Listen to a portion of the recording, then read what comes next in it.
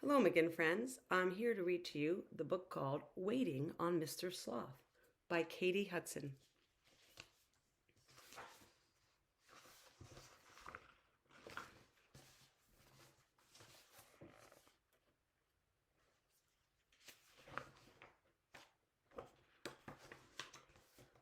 Sasha, Patient Pruitt, and Mr. Sloth were the best of friends.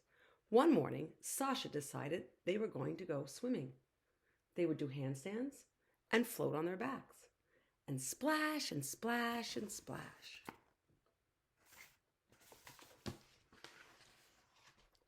Of course, Mr. Sloth took a while to get moving. Come on, Mr. Sloth, Sasha encouraged. The sun is out and ready for us. Mr. Sloth yawned. But what about towels?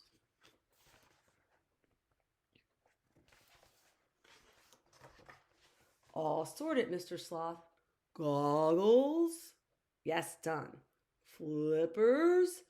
Of course. Big floaty tube? Yes, yes, yes. Can we go now? Asked Sasha. Not yet.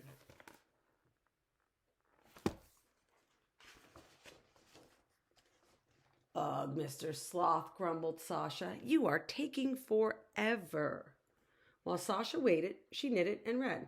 Then she knitted some more and read some more. Finally, let's get swimming, announced Sasha. But swimming was not going to happen anytime soon. The little pool had hole after hole. Sasha was starting to get mad, and Mr. Sloth was no help.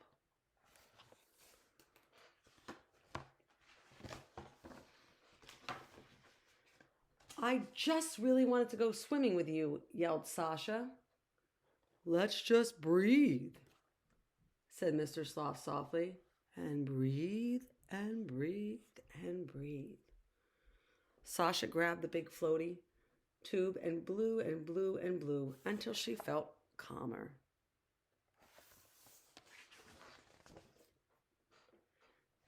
Let's go to the lake instead, she said. Woof, woof. Hello, Frank, said Mr. Sloth. Come on, Frank. Get back to your yard, Sasha groaned. Everything was just taking way too long. Oh, Mr. Sloth whispered. What now? Whined Sasha. A snail.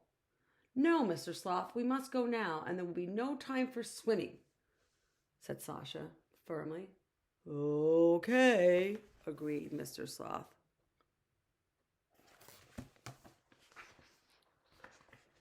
But as Mr. Sloth and Sasha arrived at the lake, they heard a funny noise.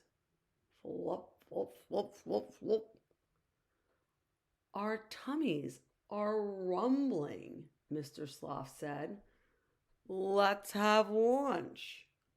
Fine, Sasha agreed, but she was not happy.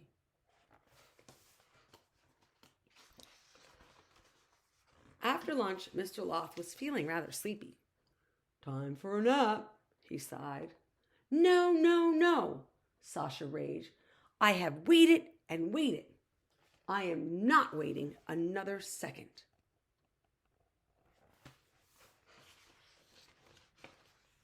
Finally, I get to go swimming, she splashed angrily. Finally, there's no more waiting. She splashed a little less. Swimming is all I wanted to do today, she said, not splashing at all. Except Mr. Sloth isn't swimming with me.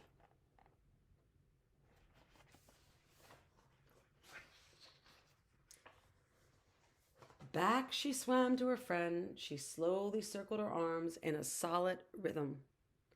Left, right, left, right. Sasha started to feel calm as she closed in on the shore. Mr. Sloth, Sasha said quietly, I'm sorry I yelled at you. I just really wanted us to go swimming. And now it's nearly time to go home. I understand, replied Mr. Sloth. It can be hard to wait. I've been waiting for you.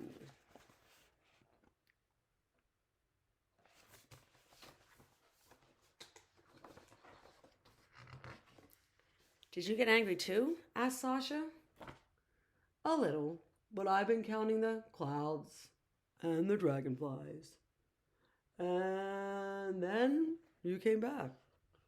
That sounds fun. Maybe we could do that together now, said Sasha. But don't you want to go swimming together? Asked Mr. Sloth. I can wait, replied Sasha.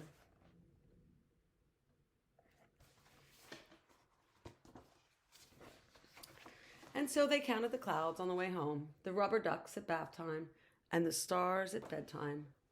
And in no time at all, it was morning. Time to go swimming, chuckled Mr. Sloth.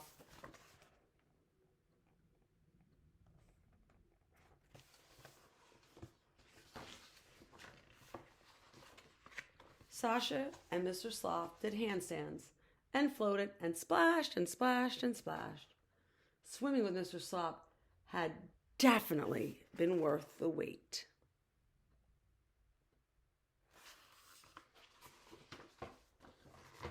So, boys and girls, here are some tips while you wait. If you get tired of waiting for your friend or your grown-up or anybody, here's some tips from Sasha and Mr. Sloth. Take 10 deep breaths. Think of all the colors of the rainbow, then look around and find something for each color. Count to 20, forward and backward. Be still as a statue for as long as possible. Use your 5 senses to be aware of your surroundings. What do you smell? What do you see? What do you hear? Maybe what do you taste? I think they're really good ideas for if you get tired of waiting, for things you can do to calm down. So I hope you enjoy this book, Waiting on Mr. Sloth by Katie Hudson.